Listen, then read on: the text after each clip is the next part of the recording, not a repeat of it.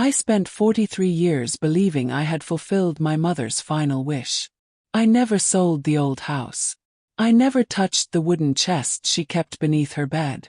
I never questioned why she cried every time she looked toward the abandoned road behind our property. Then, one rainy afternoon, a stranger knocked on my door holding a photograph that should never have existed.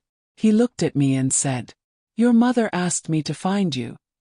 If I was ever able to come back." Everything I believed about my family changed that day. And what I discovered inside that forgotten house revealed a promise far greater than I could ever have imagined. My name is Eleanor, and I'm 78 years old. By the time this story happened, I believed there were no more surprises left in life. My husband had passed away 12 years earlier. My children lived in different states. My grandchildren visited whenever they could. Most of my days were quiet, filled with gardening, old books, and memories that had become softer with time. But there was one memory that never softened. My mother's final request. She didn't ask for money. She didn't ask me to stay strong. She didn't even ask me to forgive anyone. She simply held my hand during her final hours and whispered, "Promise me you'll never leave this house. No matter what happens. Promise." At the time, I thought she was simply afraid of losing the family home. I had no idea she was protecting something far more important. And the truth would remain buried for over 4 decades. Until one last wish changed everything. The day we buried my mother, the sky remained covered by heavy gray clouds from dawn until sunset, as if the weather itself refused to let go of her. Friends, neighbors, and distant relatives slowly returned to their own lives after the funeral, leaving me standing alone on the porch of the old farmhouse she had loved for nearly 60 years. The silence that settled over the property that evening felt different from any silence I had ever known. It wasn't peaceful. It was the kind that makes every floorboard creak louder, every clock tick slower, every memory seem close enough to touch. I remember standing there with the house keys in my trembling hand, hearing her final words over and over again. "Promise me you'll never leave this house. No matter what happens." At the time, I believed it was simply the request of an elderly woman afraid that the last piece of our family history would disappear after she was gone. I looked around the aging walls, the worn wooden porch, the old oak tree that shaded the front yard, and I whispered that I would keep my promise. I had no reason to believe that promise would shape the next 43 years of my life. Many people thought I was making a mistake. My brother wanted to sell the property almost immediately. He argued that the roof needed repairs, the plumbing was outdated, and maintaining such a large place alone made no financial sense. My children, who were still young adults at the time, believed moving closer to town would make life easier. Even my husband, Thomas, gently suggested we could keep the memories without keeping the house itself. None of them understood why I refused every conversation before it even began. I never explained my mother's last request. Somehow it felt sacred, as though speaking those words aloud would weaken the promise I had made beside her hospital bed. So whenever someone asked why I stayed, I simply smiled and answered that the house was where my heart belonged. It was easier than telling them the truth. Life continued as life always does. Seasons changed. My children grew older and left to build families of their own. Thomas and I spent decades caring for the property together, replacing broken windows, repairing fences, repainting weathered walls, and preserving every corner exactly as my mother had left it. The wooden chest beneath her bed remained untouched. I dusted it every month but never once considered opening it. It wasn't locked. There was no chain, no warning note, no obvious reason to avoid it. Yet every time I looked at it, I remembered the quiet fear in my mother's eyes during her final hours, and somehow that was enough. Some promises become habits. Others become part of who you are. After Thomas passed away, the house became unbearably quiet. The sound of a single teacup being placed on the kitchen table echoed through empty rooms.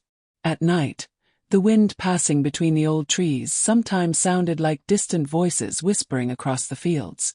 Friends suggested I move into a retirement community where I wouldn't have to live alone. My daughter even offered to prepare a room for me in her own home. I appreciated their kindness, but every offer ended with the same answer. Not yet. Couldn't explain why. I only knew leaving felt impossible, almost as though the house itself expected me to stay. There was one place on the property I avoided more than any other.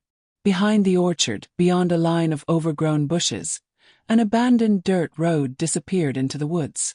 It had once connected several neighboring farms decades earlier, but after a new highway was built, almost everyone stopped using it. Nature slowly reclaimed the path. Tall grass covered the tire tracks. Thick vines wrapped themselves around broken fence posts. My mother used to stand by the kitchen window and stare toward that forgotten road for long periods without saying a word.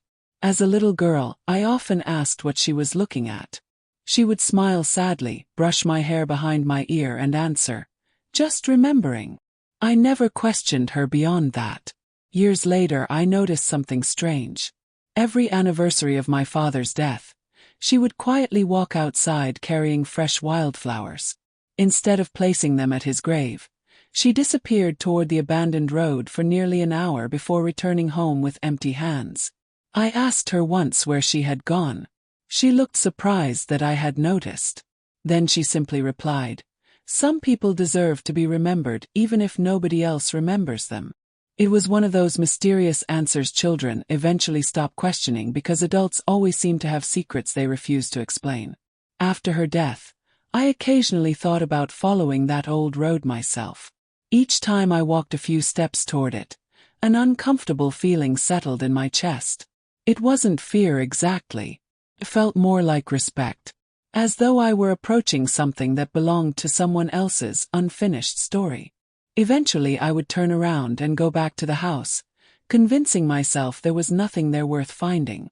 Looking back now, I realize life was quietly preparing me for the day everything would change. The promise I had kept for 43 years wasn't protecting the house at all. It wasn't protecting the furniture, the family photographs, or the land my grandparents once farmed. It was protecting a secret whose time had not yet come. And on a cold autumn afternoon, just as rain began tapping softly against the kitchen windows, someone knocked on my front door. That single knock would begin the final chapter of my mother's story, and the first chapter of a truth she had carried alone for more than half a century. I wasn't expecting visitors that afternoon. Rain had been falling steadily since lunchtime, covering the windows with tiny streams of water that blurred the view of the front yard. I had just finished making a pot of tea when 3 slow knocks echoed through the hallway. They weren't loud or impatient. Whoever stood outside seemed willing to wait. I dried my hands on a kitchen towel, walked toward the front door, and opened it without giving much thought to who it might be. Standing beneath an old dark umbrella was a man who appeared to be somewhere in his late 60s. His gray coat was soaked from the rain, and his tired eyes carried an expression I couldn't immediately understand. He didn't introduce himself right away. Instead, he simply looked past me toward the house, as if he had spent years imagining what it would look like. "I'm sorry to bother you," he finally said with a quiet voice. "Are you Eleanor Harper?" Hearing my full maiden name startled me. Hardly anyone had called me Harper in decades. Most people knew me only as Eleanor Walker after my marriage. For a moment I simply nodded without speaking. The man reached carefully inside his coat and removed a weathered envelope wrapped in a small piece of cloth to protect it from the rain. The paper looked incredibly old. Its edges were worn, and the ink had faded with time, yet my eyes immediately recognized the handwriting on the front. My breath caught in my throat. I would have recognized those delicate letters anywhere. It was my mother's handwriting. I stared at the envelope without taking it. My hands suddenly felt too weak to move. Every sensible explanation disappeared from my mind. My mother had died 43 years earlier.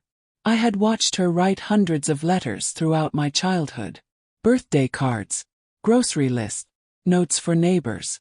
There was no possibility of mistake. The stranger noticed my expression and lowered his eyes. "She asked me to deliver this to you," he said softly. "I promised her I would. If I ever made it back." The words settled over me like cold winter air. They made no sense, Yet something deep inside me believed them immediately. I stepped aside without thinking and quietly invited him inside. The rain continued falling behind us as I closed the door, shutting out the sound of the storm but not the growing storm inside my own heart. I led him into the sitting room where a small fire still burned in the old stone fireplace. He removed his wet coat carefully, folding it over the back of a chair before sitting down. His movements were slow, almost hesitant, as though he wasn't certain he belonged there. I poured him a cup of tea without asking whether he wanted one. Somehow the familiar routine helped steady my shaking hands. For several long moments neither of us spoke. The envelope rested untouched on the table between us. I couldn't stop staring at my mother's handwriting. It felt impossible that something so ordinary, a few words written in blue ink, could suddenly erase decades of certainty. Finally I looked at the stranger and asked the only question my mind could form. "Who are you?" He looked toward the fireplace before answering. "My name is Samuel." Nothing more. No family name. No explanation. Just Samuel. It wasn't enough. "I'm sorry," I said gently. "But my mother died more than 40 years ago. How could she have asked you to bring me this?" Samuel nodded slowly, as if he had expected that question his entire life. He wrapped both hands around the warm teacup before speaking again. "Because she believed I would survive." The room became perfectly still. Outside, rain tapped softly against the windows while the old grandfather clock in the hallway marked each passing second. I could hear every tick. Samuel took a deep breath. "I've spent most of my life trying to come back here." Those words carried a weight impossible to ignore. They weren't spoken dramatically. They sounded exhausted, like someone finally reaching the end of an unimaginably long journey. He reached into another pocket and carefully placed a faded black and white photograph beside the envelope.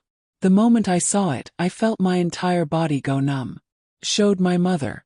She couldn't have been older than 20. Standing beside her was a young man I had never seen before. Both of them were smiling. And behind them, I recognized the abandoned dirt road behind our farmhouse exactly as it had looked decades earlier. My mother had kept every family photograph she ever owned. I had organized them after her death. I knew every face, every birthday, every wedding, every holiday gathering. I had never seen this picture before. More disturbing still, whoever had taken the photograph had written something across the bottom in faded pencil. "Until we find our way home." I looked up at Samuel. His eyes had filled with tears. Then he quietly whispered the sentence that would forever change the way I remembered my mother. "She never stopped waiting." At that exact moment, I understood that my mother's final wish had never been about the house. She had been waiting for someone. Somehow, after more than half a century, he had finally come home. For several minutes, neither of us moved. The fire crackled softly in the fireplace. The rain continued falling outside, and yet it felt as though the entire world had stopped turning. I looked from the photograph to Samuel's face again and again, searching for something familiar. There was nothing. I had never seen him before. And yet my mother had stood beside him smiling with a happiness I could hardly remember seeing during my own childhood. That realization hurt more than I expected. How could there be an entire chapter of her life that she had never shared with me? "I don't understand," I finally whispered. "Who were you to my mother?" Samuel lowered his eyes before answering. It was obvious that this conversation was as difficult for him as it was for me. "We grew up together." His words came slowly, carefully, as though each memory carried its own weight. "Our families lived only a few miles apart before the war changed everything. We were children when we first met. We crossed that old dirt road almost every day. We fished in the creek behind the orchard. We climbed the same oak trees. By the time we were teenagers, everyone believed we would someday marry." I listened without interrupting. Every sentence felt impossible, yet nothing about the man's voice suggested dishonesty. If anything, he spoke with the quiet sadness of someone who had carried these memories alone for far too long. But you didn't, I said softly. He smiled, though there was no happiness in it. No. His fingers rested gently on the edge of the old photograph. The war arrived before our future did. He explained that he had enlisted while still very young. Like so many others of his generation, he believed he would be gone only a short time. My mother had promised to wait for him. Before leaving, they had exchanged letters almost every day for weeks. They had talked about the small farmhouse they hoped to build someday. They dreamed about children running through open fields. They imagined ordinary lives that suddenly seemed extraordinary simply because they expected to share them together. Then the letters stopped. Not because either of them wanted them to. Because they never arrived. Samuel had been captured overseas after a surprise attack that left much of his unit missing. For years, his family believed he had died. Government records listed him among the presumed dead. My mother received the same notification everyone else did. She mourned him. His family mourned him. The entire town moved on. Except the story wasn't over. Samuel survived. He spent years in captivity before finally being released long after the war had ended. By the time he returned home, almost everything he had once known was gone. His parents had both passed away. Their property had been sold. Friends had scattered across the country. And when he finally gathered the courage to return to this town, he discovered that Eleanor Harper had married another man. "My father," I whispered. Samuel nodded. I understood. There was no bitterness in his voice. She believed I was dead. She had every right to build a life. I looked toward the old family portrait hanging above the fireplace. My father had been a good man. Kind, honest, patient. He had loved my mother deeply. Never once had I doubted that. But now, for the first time in my life, I wondered whether a small part of her heart had remained somewhere else. Samuel seemed to sense exactly what I was thinking. "Don't misunderstand her," he said gently. "She loved your father." I looked back at him. I know because she told me herself." That sentence caught me completely off guard. "You saw her again?" He nodded slowly. "Only once." The room suddenly felt smaller. "She found me." I stared at him in disbelief. Years after she married, she somehow learned I had survived. His eyes drifted toward the rain-covered window. "She came to see me." I could almost picture it. My mother, still young, standing before a man she had believed dead for years. "What happened?" I whispered. Samuel closed his eyes for a brief moment before answering. "We talked from sunrise until sunset." He smiled faintly at the memory. "We cried. We laughed.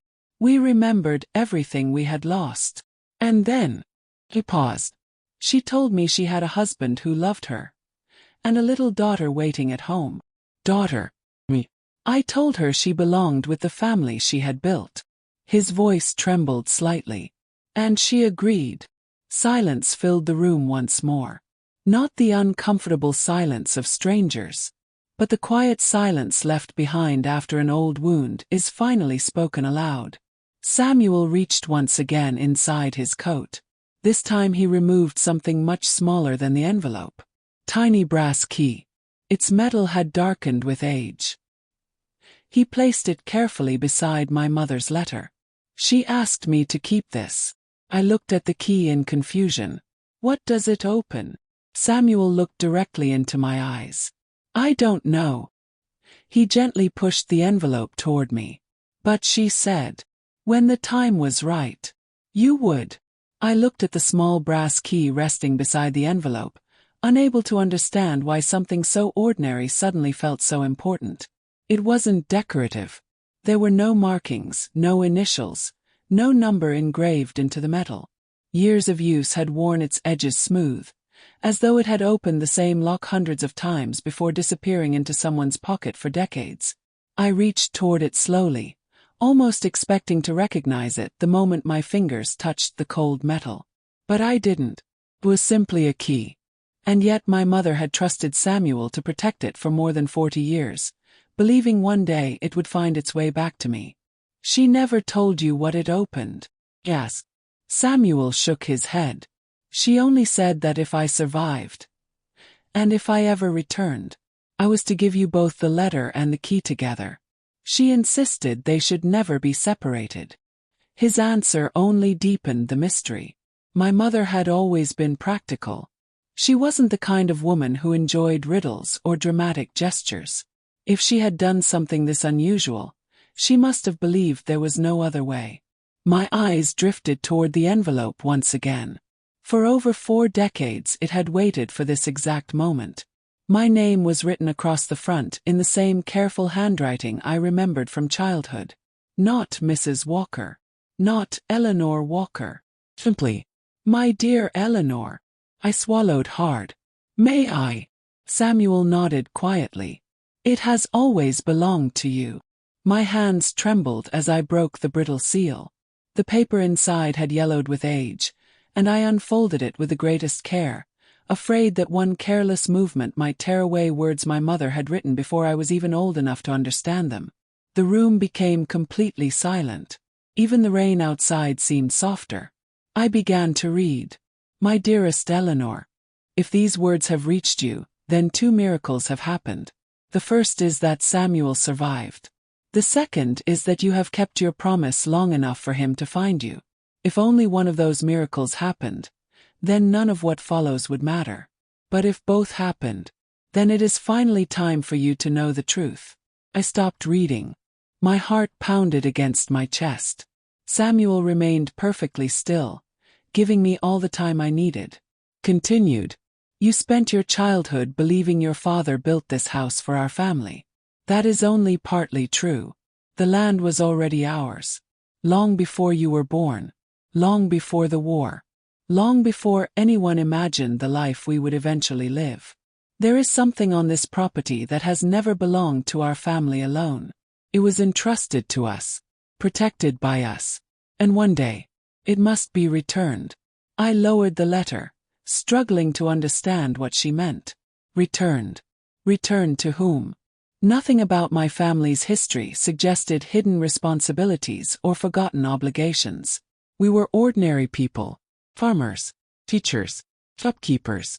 We had never possessed great wealth or famous family secrets. Samuel noticed the confusion on my face.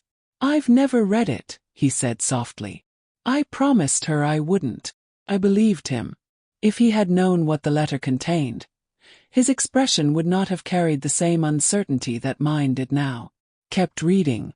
You have probably wondered why I often stood looking toward the old road behind the orchard. You thought I was remembering the past. In truth, I was remembering a promise. Every spring I walked there with flowers because promises deserve remembrance even when people forget why they were made.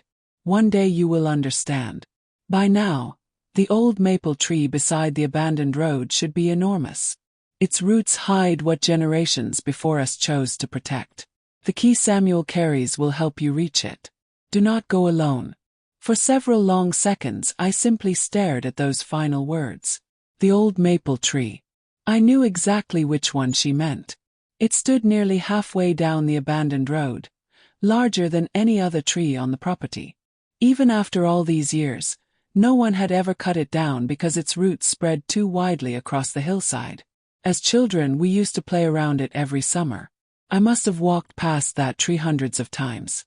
Never once had I imagined it could be hiding anything. I folded the letter carefully and looked toward Samuel. You knew about the maple tree. He slowly shook his head. No. You've never been there. No. Why not? His answer came almost immediately. Because she told me not to. I couldn't help smiling despite everything that had happened. My mother had a way of making people keep their promises. Samuel laughed quietly for the first time since arriving. Yes, she certainly did. The warmth of that brief laugh disappeared almost as quickly as it came.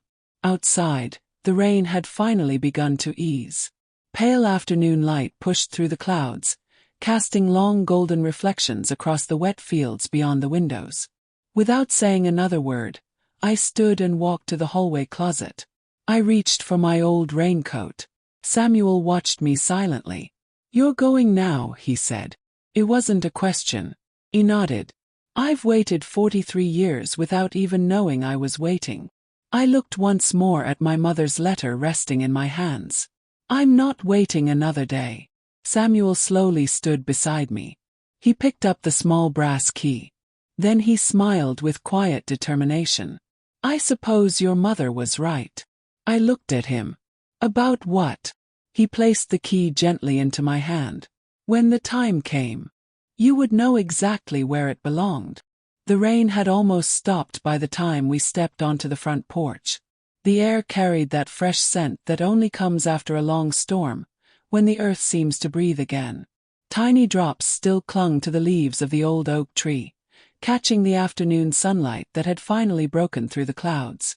I pulled my coat tighter around my shoulders while Samuel quietly adjusted his hat. Neither of us spoke as we started walking toward the orchard. Somehow words felt unnecessary. We both understood that whatever waited for us beneath that old maple tree had been waiting far longer than either of us. The path looked exactly as I remembered it from childhood, though narrower now that nature had slowly reclaimed it. Wildflowers grew where wagons had once passed. Thick vines curled around broken fence posts that had not been repaired in decades. Birds returned cautiously after the rain, their songs echoing through the quiet fields. Every few steps another forgotten memory surfaced. I remembered chasing butterflies there with my cousins. I remembered my father teaching me how to whistle while we carried baskets of apples back to the house. I remembered my mother standing silently near the edge of the road, staring into the distance with an expression I had never understood. Now I finally realized she hadn't been looking at the road. She had been looking at a promise. As we continued walking, Samuel suddenly stopped beside an old stone marker almost hidden beneath tall grass. He knelt carefully, brushing away dirt and moss with the sleeve of his coat. "I remember this," he whispered. I walked closer. The stone was small and badly weathered. No names remained visible. Only the faint carving of a simple cross survived after so many years exposed to the seasons. "What is it?" asked. Samuel smiled sadly. "There used to be a farmhouse here." I looked around in surprise. There was no sign of any building. "My parents often visited the family who lived here. Your mother and I would run through these fields while the adults talked for hours." He stood again, looking toward the woods. "I haven't seen this place in more than 50 years." His voice carried no bitterness, only gratitude. For a brief moment I wondered how strange life must feel when entire decades disappear before you have the chance to return home. The abandoned road curved gently ahead, and there it was. The maple tree. Even after all these years, it dominated the landscape. Its trunk was enormous, easily wider than 3 people standing side by side. Thick branches stretched across the sky like protective arms, casting deep shadows over the ground beneath them. Its roots pushed through the earth in every direction, twisting over rocks and disappearing beneath layers of fallen leaves. I had climbed that tree countless times as a little girl. I had hidden behind its trunk during games of hide and seek. I had carved my initials into one of its lower branches when I was 12. Never once had I imagined that my mother looked at this tree with entirely different eyes. Samuel walked slowly around the trunk, studying it with quiet curiosity. "She said the roots were hiding something." He nodded. "That's what the letter says." For several minutes we searched carefully without disturbing anything. First I found nothing unusual. Only damp leaves, exposed roots, patches of moss, and scattered stones that had probably rested there for generations. Then Samuel called my name. "Eleanor." His voice wasn't loud. It didn't need to be. I hurried around the opposite side of the tree. Near one of the largest roots, partly concealed beneath years of packed soil and ivy, was something I had never noticed before. Small iron plate, almost completely covered by dirt. It blended so naturally into the ground that anyone walking past would mistake it for another flat stone. Together we knelt beside it. Using only our hands, we slowly brushed away decades of earth. Little by little the shape became clearer. It wasn't a stone at all. It was a narrow metal door, barely large enough for one person to crawl through. My heart began beating faster. "There," Samuel whispered. At the center of the plate was an old lock. Simple. Waiting. Without thinking, I reached into my coat pocket and removed the brass key my mother had entrusted to Samuel all those years ago. For a long moment I simply stared at it. 43 years. One promise. One letter. One forgotten road. Everything had led to this single moment. I carefully inserted the key into the lock. For an instant it refused to move. With a soft metallic click, the mechanism finally turned. Samuel and I looked at one another without speaking. Neither of us knew what waited beneath that hidden door. But one thing had become unmistakably clear. My mother hadn't asked me to protect a house. She had asked me to protect a secret. And after more than half a century, the secret was finally ready to be uncovered. For several seconds, neither of us touched the metal door. The old lock had surrendered without resistance, yet lifting the hatch somehow felt far more difficult than turning the key. My mother had protected this place her entire life. She had asked me to remain in the house without ever explaining why. Now, standing beneath the enormous maple tree, I realized that every ordinary day I had spent on this land had unknowingly been spent guarding something hidden just a few hundred yards away. Samuel slowly crouched beside me and placed both hands beneath the edge of the iron plate. "Ready?" he asked quietly. He nodded. Together we lifted. The hinges groaned after decades of silence. Damp earth fell away from the edges as the heavy metal cover slowly opened, revealing darkness below. A rush of cool air escaped from the opening, carrying the unmistakable smell of old wood, stone, and time itself. It wasn't the stale odor of decay. It was the scent of a place that had remained untouched for generations.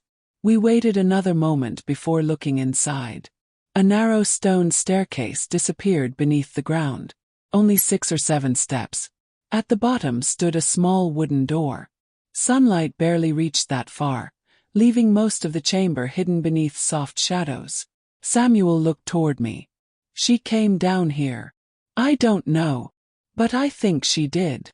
I remembered every spring afternoon when my mother returned from this road carrying empty hands and quiet eyes.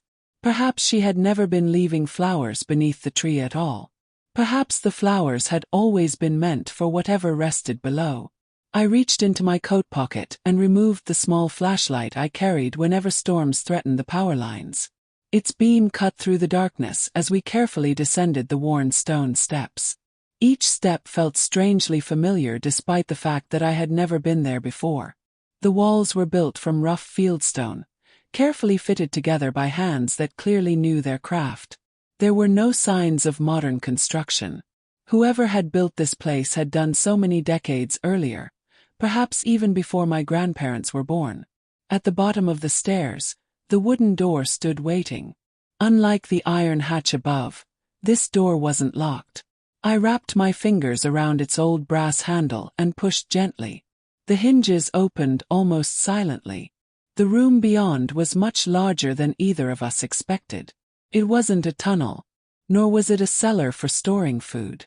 It resembled a carefully preserved underground room, no larger than a modest living room, with shelves lining 2 walls and a sturdy wooden table standing at its center.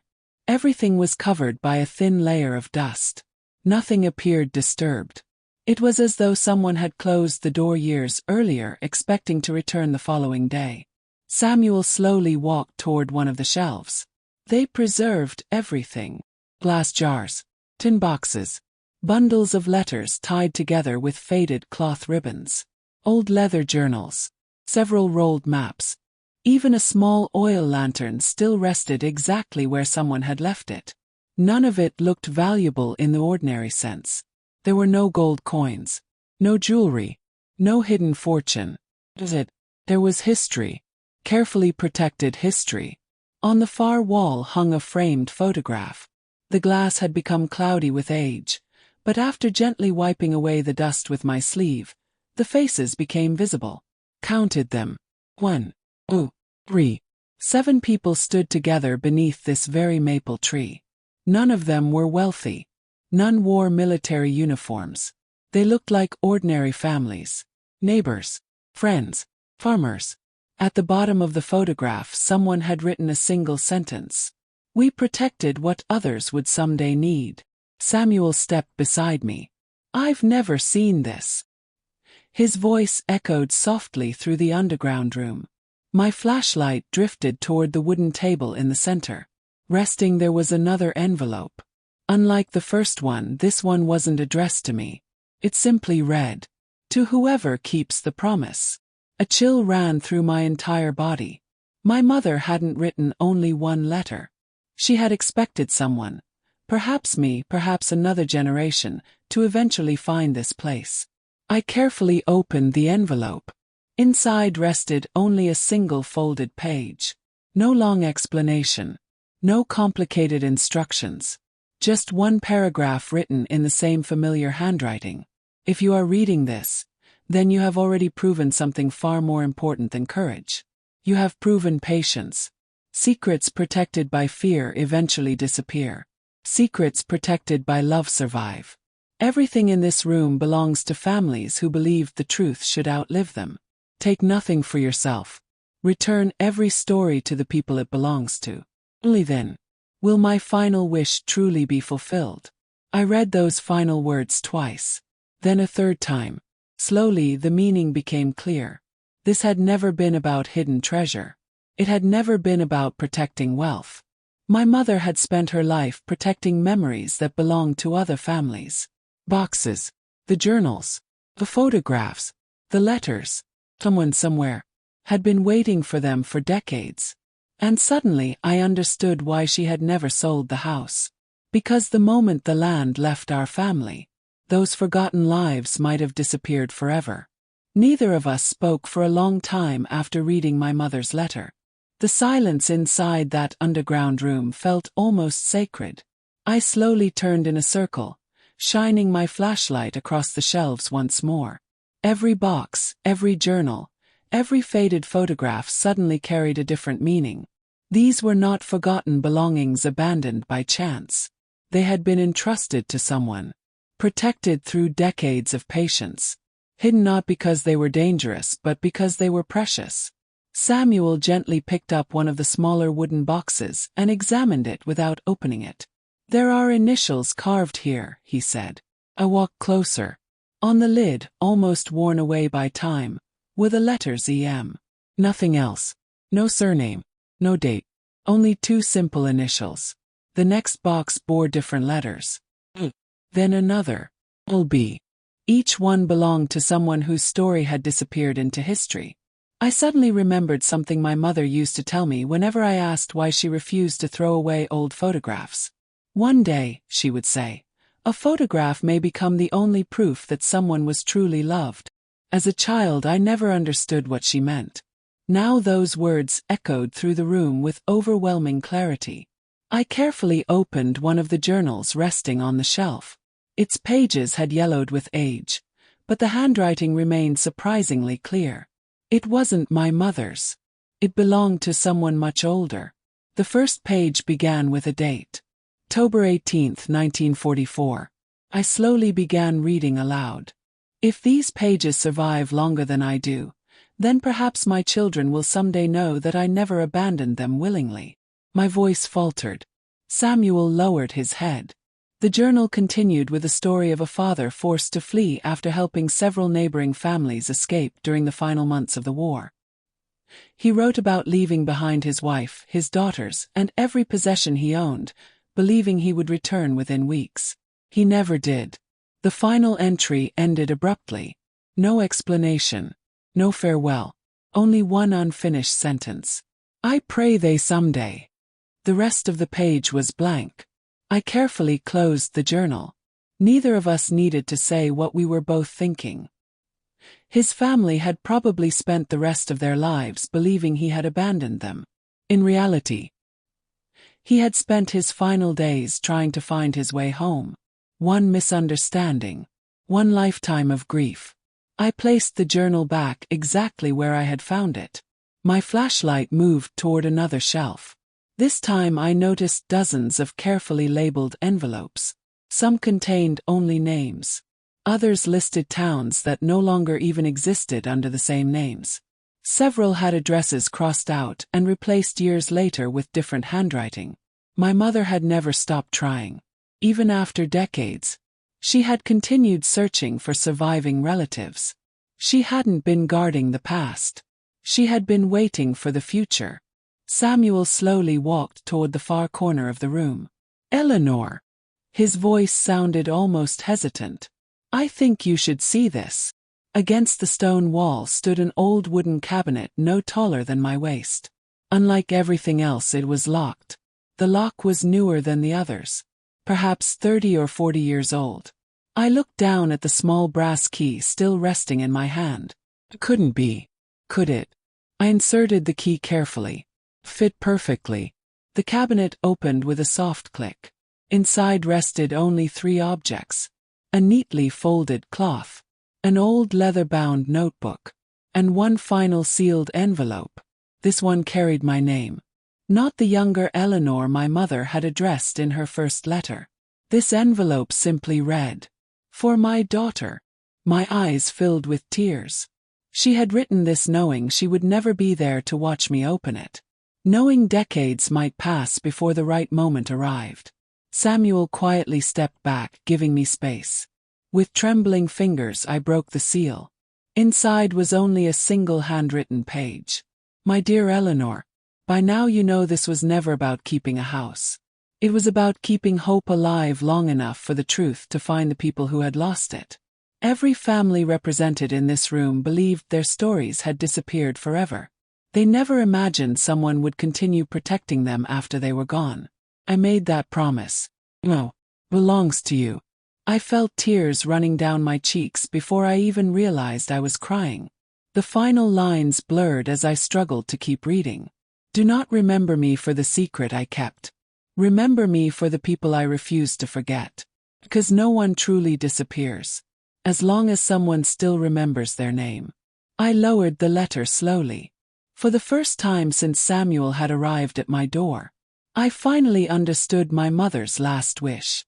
It had never been about preserving the past. It had always been about giving forgotten families the chance to reclaim it. I remained seated on the cold stone floor for several minutes, holding my mother's letter against my chest. All my life I had believed I knew the woman who raised me. I knew the meals she loved to cook, the songs she hummed while working in the garden, the way she always smiled before saying goodnight. I thought I understood every important chapter of her life.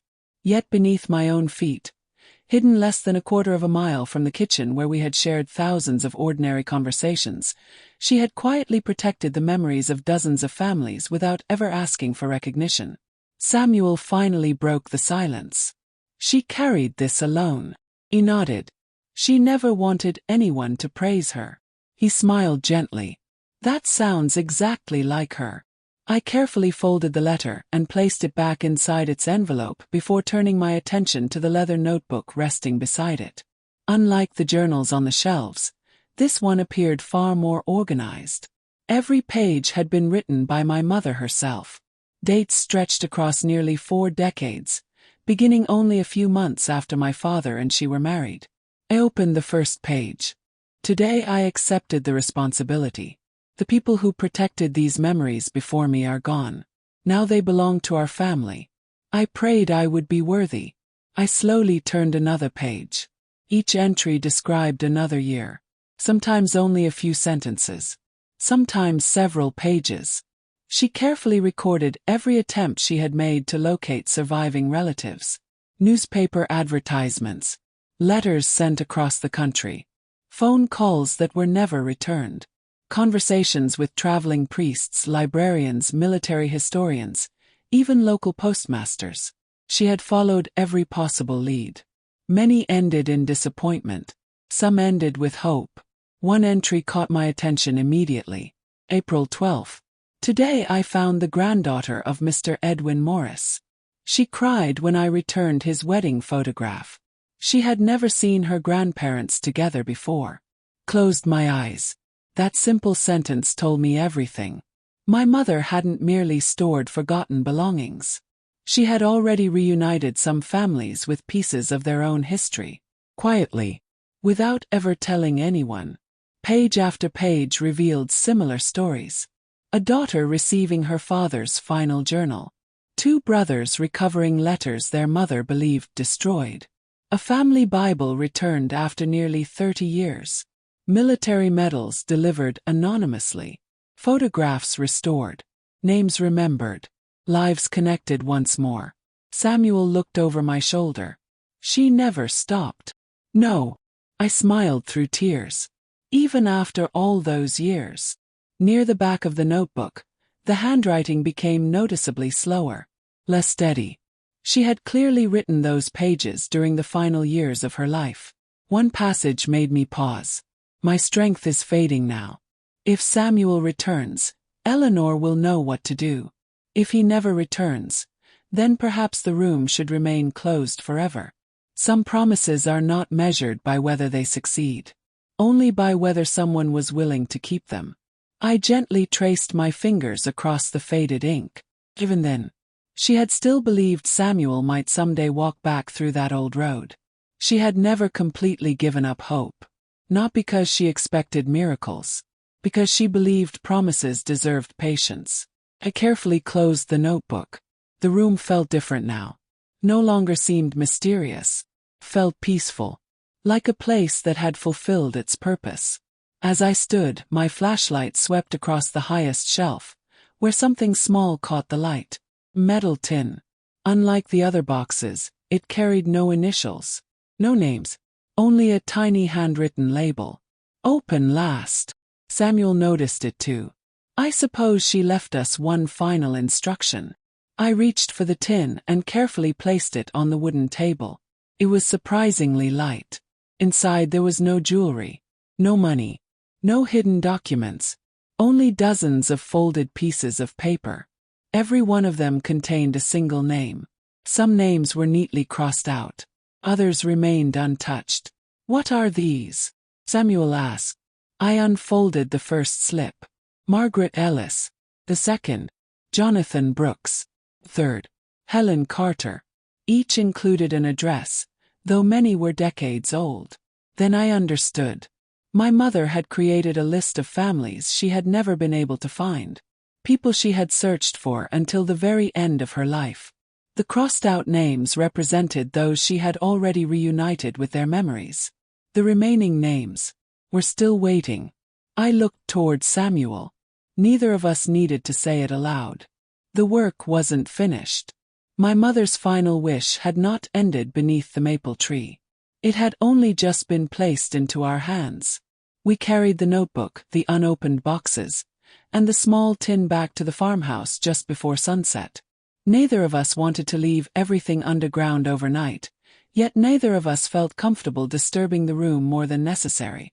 Before closing the iron hatch beneath the maple tree, I looked back one last time at the stone staircase disappearing into the earth.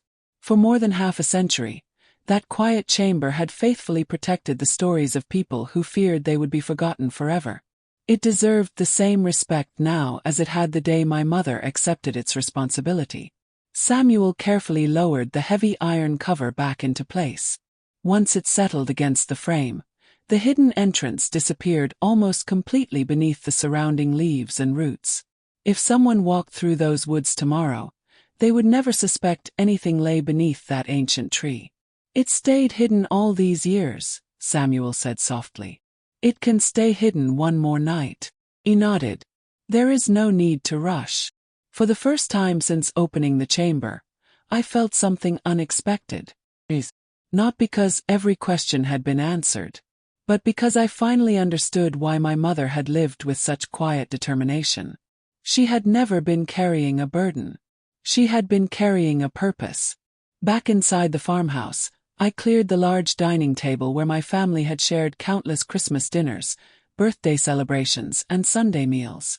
One by one, we carefully placed the journals, photographs, and wooden boxes across its surface. As evening settled outside, the old room transformed into something entirely different. It no longer looked like an ordinary dining room. It looked like a small archive built from forgotten lives. Samuel stood silently beside one of the windows. I've spent years believing I came back here to finish my own story. He smiled gently. But I think your mother had something much larger in mind. I looked around the table. So do I. The small metal tin rested between us. I opened it once more and spread the remaining names across the table. There were 32 slips of paper that had never been crossed out. 32 families. 32 unfinished journeys. Some addresses were clearly outdated. Entire towns had changed names over the decades. Streets had disappeared. Counties had been reorganized. Many of the people listed were almost certainly no longer alive. Yet my mother had kept every name. She had refused to throw away even a single possibility. Samuel picked up one of the slips. Margaret Ellis. He frowned thoughtfully. I remember hearing that surname years ago. You do. It may not mean anything. He paused. But I believe there was an Ellis family living 2 counties east after the war. It wasn't much. But it was more than we had known an hour earlier. I suddenly realized something remarkable. My mother had worked almost entirely alone. She had written letters by hand. She had searched through newspaper records. She had relied on conversations, libraries, churches, and old acquaintances. No, the world was different. Records had been digitized. Historical societies existed in nearly every county. Military archives had become easier to access. Genealogy organizations connected relatives across continents. For the first time, I believed her final wish might actually be completed. Not because I was extraordinary, but because time itself had finally caught up with her hope. That evening, we opened only one additional wooden box. Neither of us wanted to rush through the others. Inside rested a carefully folded baby blanket, a tiny pair of knitted shoes, several family photographs, and a short handwritten note. Everything had been preserved with astonishing care. The note read, "These belonged to Sarah Mitchell. She believed they were destroyed during the fire. If her family is ever found, please tell them nothing was forgotten." I read those final words twice. Nothing was forgotten. That sentence seemed to define my mother's entire life. She understood something many people overlook. Objects themselves have little value, but the memories attached to them can become priceless. A worn photograph, child's blanket, faded letter. None would impress a collector. Yet to the family that lost them, they were pieces of their own identity. Long after darkness settled outside, Samuel prepared to leave. "I've taken enough of your day," he said. "You should stay." He looked surprised. "There are empty rooms upstairs." Smiled. "My mother waited decades for you to come back." I paused before continuing. "It wouldn't seem right if I let you leave after only one evening." For the first time since knocking on my front door, Samuel laughed without sadness. "I think she would approve." As I turned off the lights downstairs and looked once more at the dining table covered with forgotten histories, I realized something profound. The greatest inheritance my mother had left me wasn't hidden beneath the maple tree. It wasn't the letters, or the journals, or even the secret room. It was the simple belief that no life is ever too ordinary to be remembered. And beginning the very next morning, Samuel and I would begin returning those memories, one family at a time. The following morning, I woke before sunrise for the first time in years without feeling the weight of loneliness. For more than a decade, my mornings had followed the same quiet routine. I would prepare coffee for one, water the flowers my husband had planted, and sit beside the kitchen window watching the fields slowly come alive. That day felt entirely different. The house no longer seemed frozen in memory. It felt alive again, as though my mother had quietly returned, not in person but through the purpose she had left behind. When I entered the kitchen, Samuel was already awake. He stood near the stove making coffee with the confidence of someone who had once known the house well enough to find everything without asking. He smiled apologetically when he saw me. "I hope you don't mind." I laughed softly. My mother always said anyone willing to make coffee was welcome in her kitchen. He smiled. She used to say exactly the same thing. For a brief moment, we simply stood there, smiling at the realization that decades had separated us, yet we both carried the same memories of the same remarkable woman. After breakfast, we spread the remaining slips of paper across the dining table once again. 32 names. 32 unfinished stories. Some were written in my mother's elegant handwriting, while others had clearly been copied from older documents. Besides several names, she had added small notes in the margins. Moved west. Last known daughter.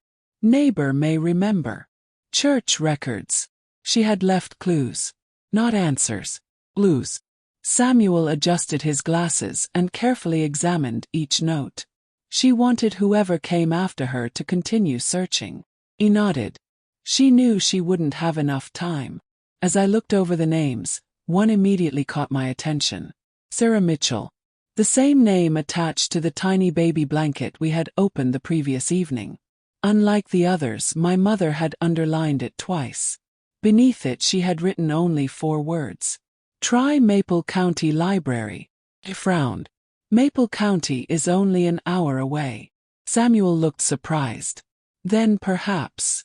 He didn't finish the sentence. He didn't need to. For the first time, one of the names didn't feel impossible. By mid-morning we were driving east along quiet country roads. I couldn't remember the last time I had taken such a spontaneous trip. The baby blanket, the photographs, and the handwritten note rested safely inside a small wooden box on the back seat. Every few miles I glanced in the mirror to make sure it was still there. Strange how quickly something can become precious once you understand its story. Maple County had changed enormously since my childhood. New buildings stood where old feed stores once operated. The train station had become a museum.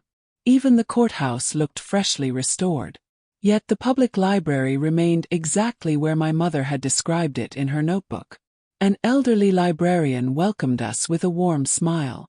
"Can I help you?" I hesitated. How could I possibly explain what we were trying to do? Samuel quietly stepped beside me.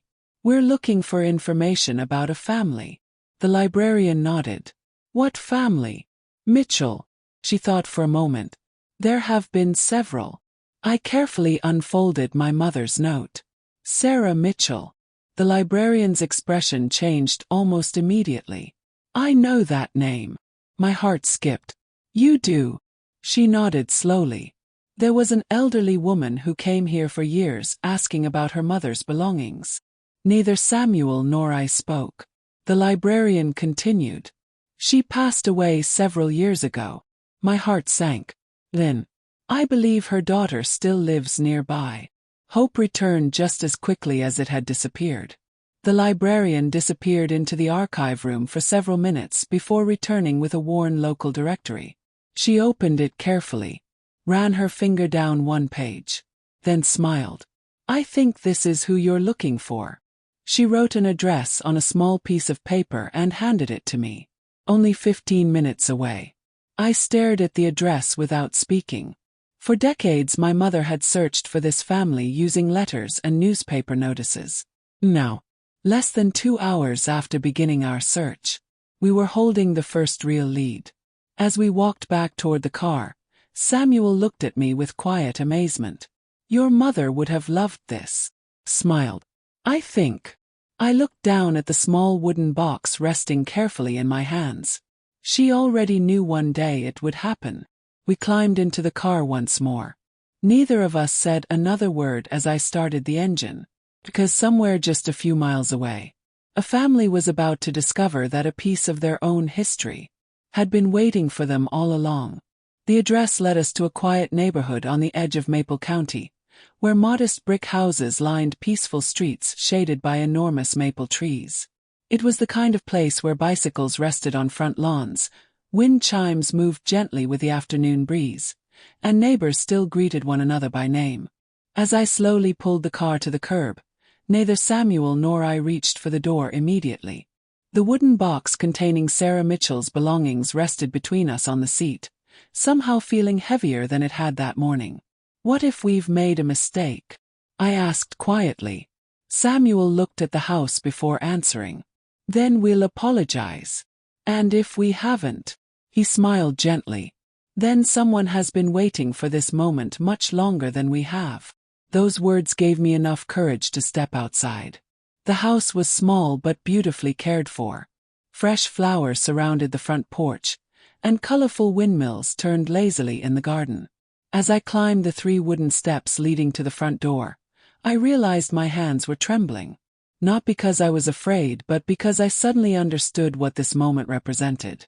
For decades, my mother had dreamed about returning these memories. Whether she realized it or not, she had also prepared me for this very day. I knocked softly. Several seconds passed before the door opened. Standing before us was a woman in her early 60s with kind eyes and silver hair pulled neatly behind her shoulders. She looked first at me, then at Samuel, clearly trying to determine whether we had come to the wrong house. "Can I help you?" she asked politely. I hesitated. There was no simple way to begin. "My name is Eleanor Walker." He smiled kindly. "I'm Linda." I swallowed carefully. This may sound very unusual. I looked down at the wooden box. "But did your mother happen to be Sarah Mitchell?" Her expression changed instantly. The polite smile disappeared. Instead came confusion, then surprise. Finally, something that looked almost like hope. "Yes." Her voice became noticeably quieter. "She was." I carefully held the box toward her. "I believe these belong to your family." Linda didn't move. She simply stared at the box as though she couldn't quite believe it existed. "I'm sorry," she whispered. "I don't understand." "I don't think we do either," I admitted with a gentle smile. "But perhaps." I looked toward Samuel. "We can understand together." She invited us inside. The living room walls were covered with family photographs spanning several generations. Children's drawings hung proudly on the refrigerator visible through the kitchen doorway. Everything about the home felt warm, lived in, deeply loved. As we sat together around her coffee table, I carefully explained everything from the beginning. My mother's final promise. The stranger who arrived carrying her letter. The hidden room beneath the maple tree. The journals. The photographs. Names. Linda listened without interrupting once. Several times she wiped tears from her eyes before I had even finished speaking. When I finally opened the wooden box and gently unfolded the tiny knitted baby blanket, she covered her mouth with both hands. "No," she whispered. "It can't be." Her voice broke. "My grandmother knitted that." The room became perfectly silent. She reached toward the blanket as though touching something sacred. My mother spent her entire life believing everything burned in the fire. Very carefully she lifted one corner between trembling fingers. "I've only seen photographs of this." She looked at me through tears. "I never imagined." She couldn't finish the sentence. Instead she simply cried. Not loudly, not dramatically. Just the quiet tears of someone who had unexpectedly recovered a piece of their own family after believing it had vanished forever. Samuel quietly placed the faded family photographs beside the blanket. Linda picked them up one at a time. Her breathing became uneven. "Oh my goodness." She smiled through tears. "I've never seen my grandfather this young." Then another photograph. "My mother." Another. "That's my great-grandmother." She gently laughed while crying at the same time. "I don't even know how to thank you." I shook my head. "Don't thank me." She looked confused. I smiled softly. "If anyone deserves your gratitude." I thought of my mother standing beside the old kitchen window, staring silently toward the abandoned road year after year. "It's a woman you never had the chance to meet." Linda carefully folded the blanket against her heart. "Then I'll thank her every day." As Samuel and I quietly prepared to leave, Linda stopped us near the front door. "Wait."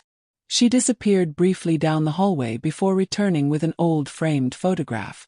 "I think," she said with a gentle smile, "your mother deserves to come home with something too." Inside the frame stood two young women smiling beside an apple orchard. One was unmistakably Sarah Mitchell. Other was my mother, much younger than I had ever known her, laughing, completely carefree. For the first time in my life, I wasn't discovering the woman who raised me. I was discovering the young woman she had been before the world asked her to carry everyone else's memories. The drive home felt completely different from the journey that had brought us to Maple County that morning. Neither Samuel nor I spoke very much. We didn't need to. Linda's reaction remained fresh in our minds, replaying over and over again in quiet moments of reflection.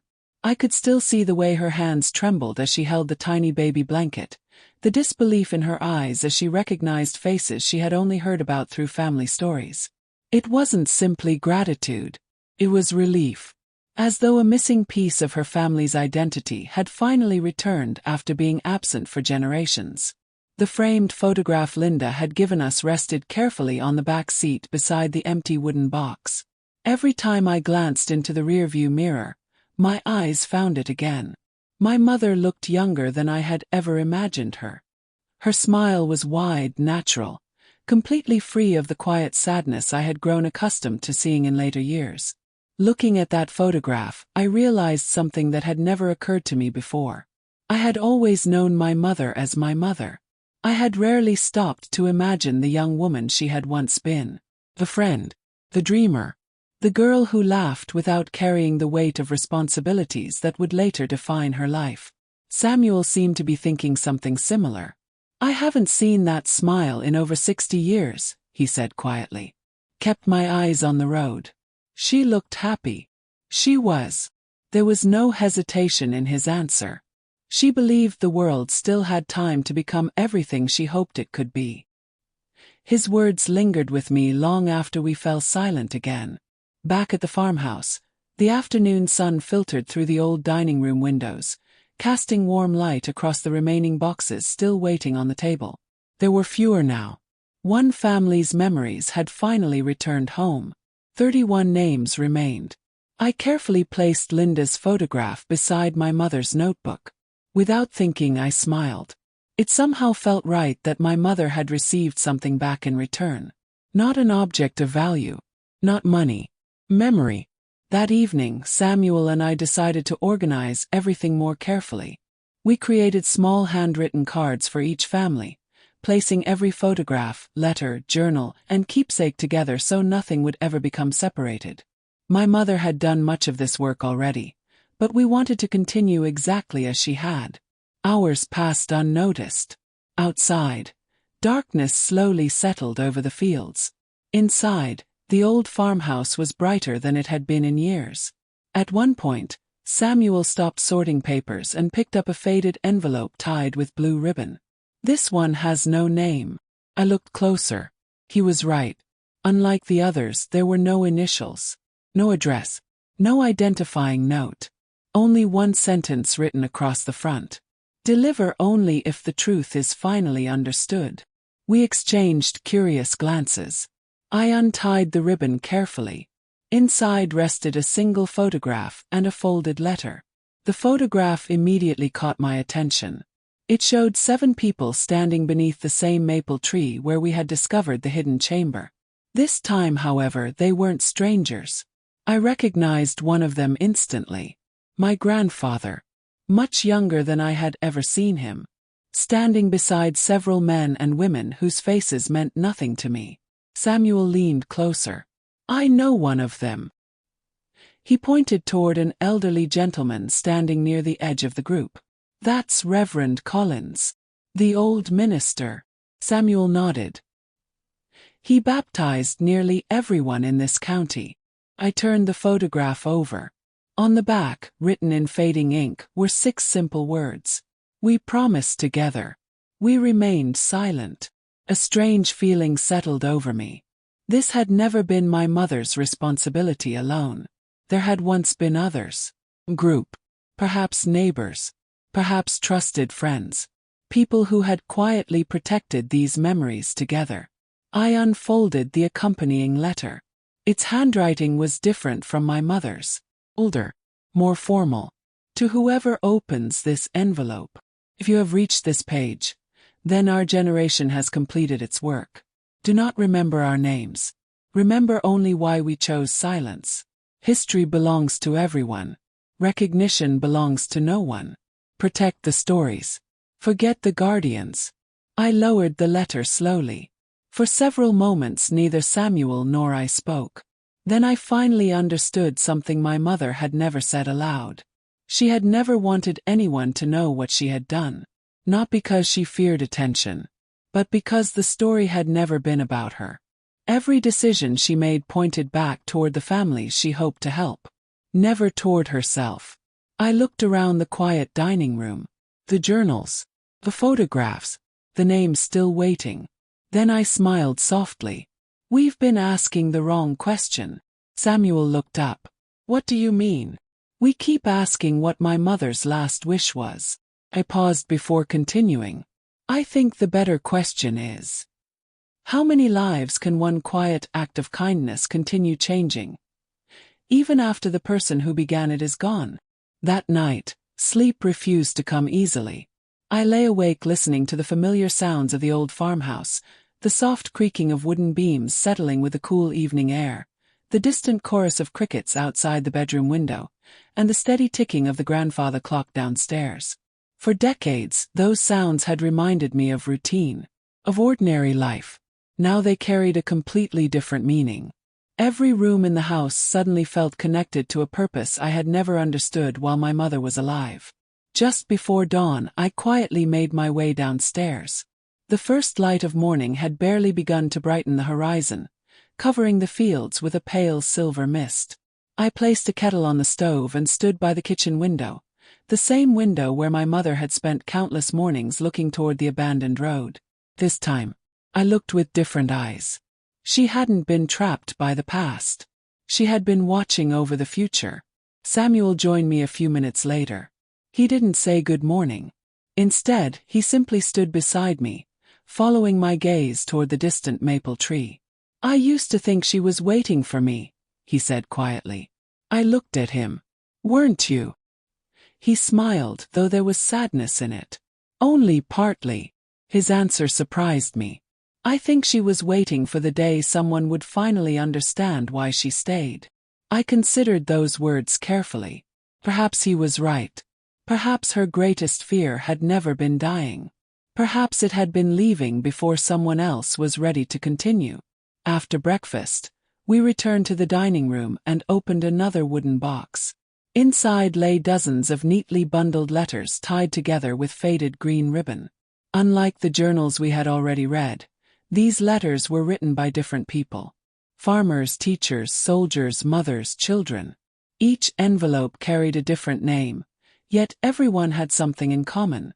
None had ever reached its intended recipient. Some had been returned because entire neighborhoods disappeared during the war. Others had been found years later inside abandoned homes. A few had never even been mailed. One letter, written by a young father to his little daughter, caught my attention almost immediately. My sweet Anna, if someone someday places this letter into your hands, then life has been kinder to us than I dared hope. I want you to know that I never stopped thinking about you. Not one morning. Not one evening. If you grow up believing I abandoned you, please forgive me. Every step I took away from home was taken only because I believed it would help me return. I stopped reading. The letter ended there. No signature. No farewell. Just unfinished hope. Samuel quietly wiped his eyes. Too many stories ended that way. I folded the letter carefully. Maybe, I whispered. They don't have to anymore. For the next several hours, we catalogued every letter with extraordinary care. We compared names with the notebook my mother had left behind, matching addresses, dates, and handwritten notes she had added over the years. Slowly, patterns began to emerge. Many of the families knew one another. Several had lived within only a few miles of this very farm. Others had attended the same church. Some had even appeared together in the old photograph beneath the maple tree. It became increasingly clear that the hidden room had not been created by one family alone. It had been built by an entire community. People who quietly agreed that if history ever scattered their neighbors across the world, someone would remain behind to protect what they left behind. The realization filled me with quiet admiration. They hadn't expected recognition. They hadn't expected gratitude. They had simply believed that one day, someone would come looking. Late that afternoon, the telephone rang. The sudden sound startled both of us. Hardly anyone called the farmhouse anymore. Answered. Eleanor. It was Linda. Her voice sounded emotional. I hope I'm not disturbing you. Not at all. There was a brief pause before she continued. I showed the photographs to my grandchildren this morning. Smiled. I imagine they were surprised. They were. Her voice trembled. But that's not why I'm calling. Another pause. My oldest grandson spent the entire afternoon researching our family history online. I felt my heartbeat quicken. He found something. What? He located descendants of another family shown in those photographs. I looked immediately toward Samuel. He noticed the expression on my face. They've been searching too, Linda whispered. For years. The room suddenly felt very small. For decades, my mother had believed she was almost alone. Now, in the span of less than 2 days, the families she had hoped to reunite were beginning to find one another. Before ending the call, Linda said something I would never forget. Eleanor. Yes. My mother used to tell me that hope always travels farther than people think. A pause. I finally understand what she meant. After hanging up, I slowly returned the telephone to its cradle. Samuel was waiting. What happened? Smiled. My mother wasn't preserving memories. He frowned slightly. No. I looked around the dining room at every journal, every photograph, every carefully protected letter. No. I smiled even wider. She was rebuilding a family that never realized it still belonged together. The farmhouse no longer felt like the quiet place where I had spent the last 12 years living alone. In only a few days, it had become something else entirely. The dining table remained covered with carefully organized journals, photographs, letters, and small keepsakes, but now there was something new among them. Oh, it wasn't something anyone could touch, yet it seemed to fill every room. Every time the telephone rang, every time another old notebook revealed a forgotten clue, it felt as though another door somewhere in the world was quietly opening. The morning after Linda's phone call, we decided to organize everything into proper records. My mother had worked with remarkable care, but she had done so using the tools available in her time. Handwritten notes, envelopes, newspaper clippings, carefully folded maps. We wanted to preserve her work exactly as she had left it while also creating a clearer record for the generations that would come after us. Samuel unfolded one of the large county maps we had discovered beneath the maple tree. Small pencil marks covered its surface. Look at this. I moved closer. Tiny circles had been drawn around farms, churches, railway stations and post offices spread across 3 counties. At first the markings appeared random. Then I noticed something. Every location corresponded to one of the families listed in my mother's notebook. She hadn't searched blindly. She had built an entire network of possibilities. Even when one trail ended, another began. She thought farther ahead than either of us imagined, I said. Samuel nodded. She expected the search to continue long after she was gone. As we compared the map with her journal, another discovery emerged. Several names had small stars drawn beside them. Others had check marks. A few carried tiny question marks. My mother had developed her own system. A star meant she had confirmed living relatives. A check mark meant important belongings had already been returned. Question mark meant she believed someone was still searching. I quietly counted them. Only 5 names carried stars. 27 still waited. Far more work remained than either of us had realized. Around midday, the front gate creaked open. Neither Samuel nor I had been expecting visitors. I looked through the front window and saw Linda stepping out of her car. She wasn't alone. A teenage boy and a young girl followed behind her, each carrying carefully wrapped picture frames. When I opened the front door, Linda smiled warmly. "I hope we're not interrupting." "Not at all." She looked toward her grandchildren. "I wanted them to meet the woman who gave our family back a piece of itself." Before I could answer, the young girl stepped forward. She couldn't have been more than 12 years old. She held out one of the frames with both hands. "My grandma said this belongs here." Inside the frame was an enlarged copy of the photograph showing my mother and Sarah Mitchell laughing together beneath the orchard trees. Linda smiled. "I made a copy. You should keep the original." She looked around the farmhouse. "But this house deserves to remember her too." For a moment I couldn't speak. The picture felt strangely complete hanging above the fireplace. Not because it was valuable, because it finally showed my mother exactly as she deserved to be remembered. Happy. That afternoon became something I hadn't experienced in years. The farmhouse filled with conversation. The children asked endless questions about the hidden room, the maple tree and the old journals. Samuel patiently answered every one of them, occasionally laughing as they imagined secret passageways and buried treasure. Finally the young boy asked the question adults had somehow forgotten to ask. "Why didn't your mom ever tell anyone?" The room became quiet. Everyone looked toward me. I thought carefully before answering. "Because." I looked at the photograph above the fireplace. She wasn't trying to become part of the story. The boy frowned slightly. "What do you mean?" "My mother believed that when you do something kind, pause. The attention should belong to the person you're helping, not to yourself." He nodded slowly. I wasn't sure how much he truly understood. But judging by the thoughtful look on his face, perhaps more than I realized. As evening approached, Linda and her grandchildren prepared to leave. Before getting into the car, the young girl turned back toward me. "I want to help." Her words caught me by surprise. "What do you mean?"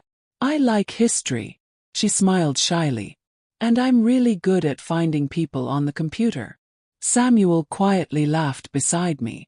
Smiled too. For decades my mother had searched with handwritten letters, old maps and fading newspaper advertisements. No. An entirely new generation wanted to continue her work. As their car disappeared down the long gravel driveway, I realized something extraordinary. My mother's final wish no longer belonged to me, or to Samuel, or even to our family. Without anyone planning it, her quiet promise had already begun passing from one generation to the next. And perhaps that was exactly how she had always hoped it would happen. Over the following weeks, the farmhouse slowly transformed into something none of us could have imagined when Samuel first knocked on my door. It was no longer simply the house my mother had asked me never to leave. It became a place where forgotten stories quietly found their way home. Every few days another telephone call arrived. Sometimes it came from a librarian who had discovered an old family record. Sometimes from a local historian who recognized a surname in one of the journals. Other times it came from complete strangers who had heard, through neighbors and friends, about an elderly woman trying to reunite families with pieces of their past. Word spread gently. Not through newspapers. Not through television. Simply from one grateful person to another. Exactly the way my mother probably would have wanted. Linda's grandchildren visited almost every weekend. Emily, the younger one, quickly became fascinated with the old letters. She carefully scanned each envelope into a computer, preserving every handwritten word before age could erase the fading ink forever. Her older brother, Daniel, spent hours researching family records, comparing names, census documents and military archives that my mother could never have accessed during her lifetime. One Saturday afternoon, Daniel suddenly looked up from his laptop with wide eyes. "I found another one." Samuel and I immediately walked over. "What did you find?" He pointed excitedly at the screen. "The grandson." "Whose grandson?" He opened one of the journals lying beside him. "The man who wrote the unfinished letter to his daughter." The room became silent. Daniel continued. "He has no idea this journal exists." For a long moment none of us spoke. There it was again, Another family. Another story waiting to be completed. By the end of that month, we had reunited 4 more families with journals, photographs, letters and personal belongings they believed had disappeared forever. Every visit unfolded differently, yet everyone ended the same way. Someone cried. Someone smiled. Someone finally understood a part of their own family history that had remained unexplained for decades. One elderly gentleman spent nearly an hour holding his father's pocket watch without saying a single word. He simply turned it over in his hands again and again before quietly whispering, "He really meant to come home." Another woman recognized her grandmother's handwriting the instant she opened an envelope. "I've waited my whole life to see this." She wasn't talking about the paper. She was talking about the chance to know someone she had never truly met. Each reunion strengthened something inside me. 4 years after my husband's passing, I believed the most meaningful chapters of my life were already behind me. I imagined my remaining years would be peaceful but ordinary, filled with familiar routines and quiet evenings. How wrong I had been. Purpose has a remarkable way of arriving when we least expect it. One afternoon, while organizing another collection of photographs, Samuel handed me my mother's notebook. "I think you missed something." He frowned. "What is it?" He opened to one of the final pages. Near the bottom, beneath dozens of completed notes, my mother had written a single sentence in noticeably weaker handwriting. "If the room is ever empty, lock the door again." I stared at those words. "The room is ever empty," Samuel repeated softly. She believed one day every family would be found. I looked around the dining room. Only 23 names remained now. 9 families had already been reunited with their histories. For the first time, finishing the work no longer seemed impossible. Seemed inevitable. That evening, after everyone had gone home, I walked alone to the maple tree. The setting sun painted the fields with deep shades of gold and amber, just as it had thousands of evenings before. The old tree stood silently against the fading sky, its enormous branches swaying gently in the warm breeze. I placed my hand against its rough bark. "I understand now," I whispered. Not because I expected an answer, but because I finally wanted to say the words my mother had waited so long to hear.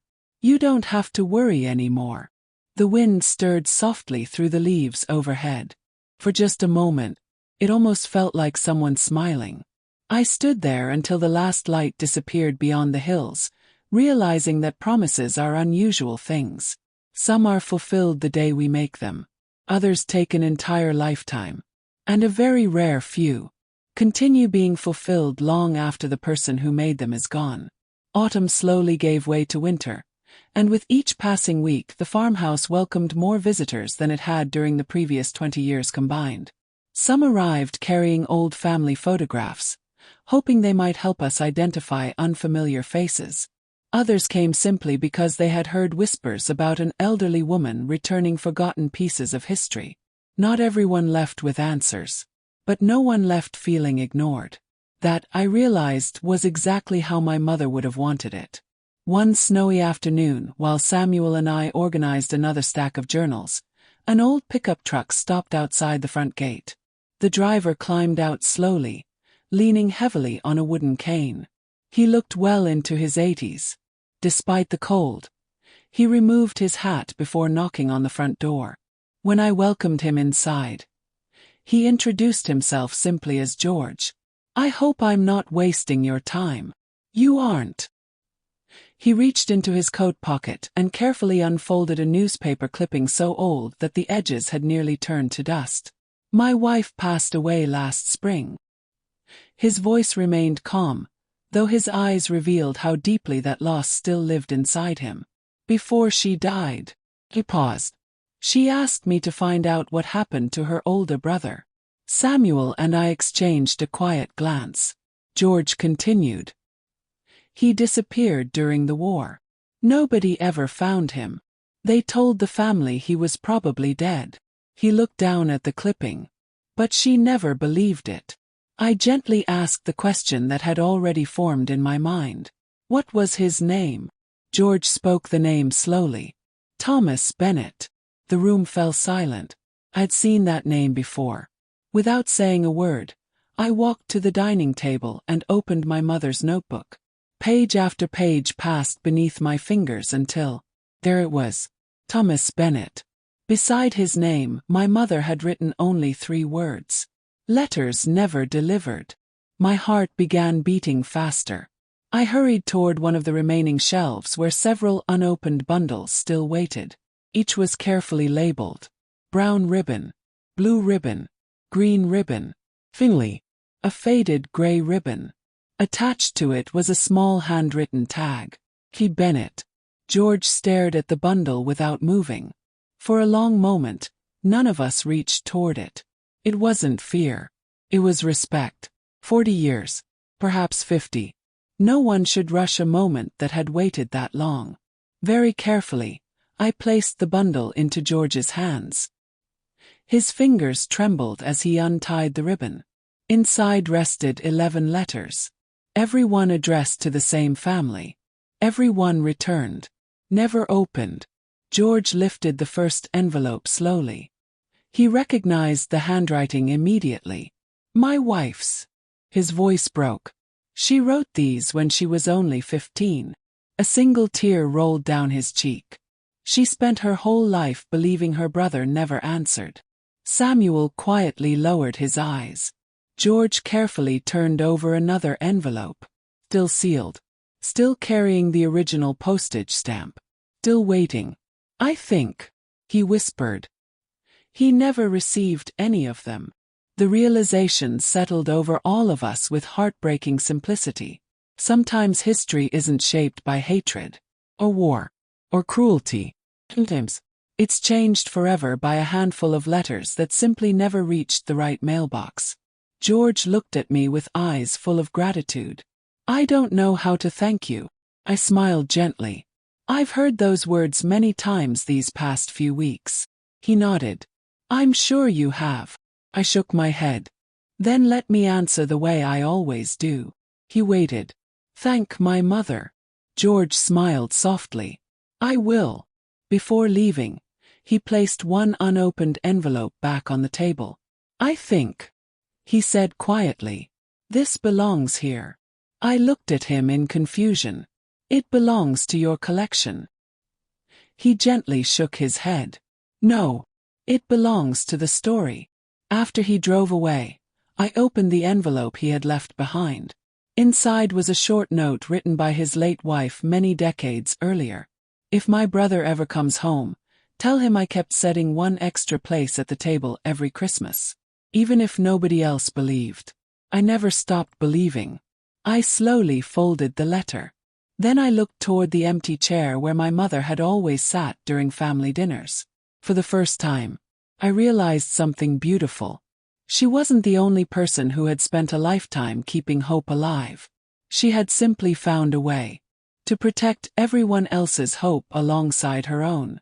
By the beginning of spring, something extraordinary had happened without any of us planning it. The farmhouse had become a meeting place. Not an official museum. Not a historical society. Simply a home where people felt welcome to bring their questions, their photographs, and the stories that had been passed from one generation to the next. Every visitor arrived carrying uncertainty. Most left carrying something much more valuable. Understanding. The old dining table was rarely empty now. Some days it held faded maps and journals. Other days it was covered with family albums spread open beside cups of coffee that slowly grew cold as conversations stretched late into the evening. Laughter had returned to the house. So had tears. Somehow both seemed equally necessary. One Saturday morning, Daniel arrived carrying a thick folder filled with printed records. I think we've connected 3 more families. Samuel looked up from the notebook he was organizing. 3. Daniel nodded excitedly. It started with one census record. He placed several pages across the table. Then I compared church registrations, military archives, and birth certificates. Emily smiled proudly from the other side of the room. I helped. She held up a notebook filled with handwritten family trees. The sight warmed my heart. Neither of them had known my mother. Yet they were continuing her work with the same quiet determination she had shown for decades.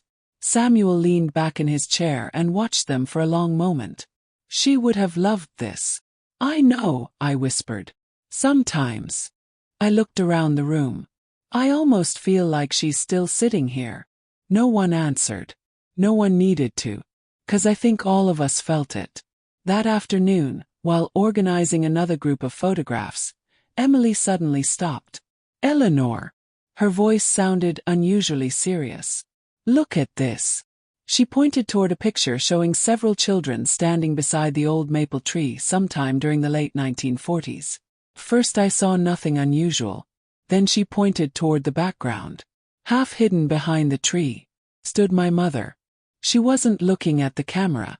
She was looking toward a little boy standing slightly apart from the others. The expression on her face immediately caught my attention. Gentleness, concern, protection. Almost as though she already knew that one day his story might disappear unless someone chose to remember it. I turned the photograph over.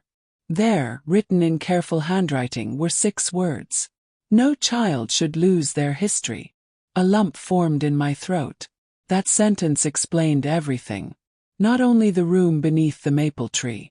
Not only the journals. Not only the photographs. It explained my mother. She understood that memories are more than stories. They are the roots people grow from.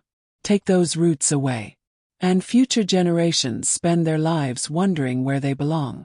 Late that afternoon, another visitor arrived. This time it was a young woman in her early 30s carrying a cardboard box filled with old family papers.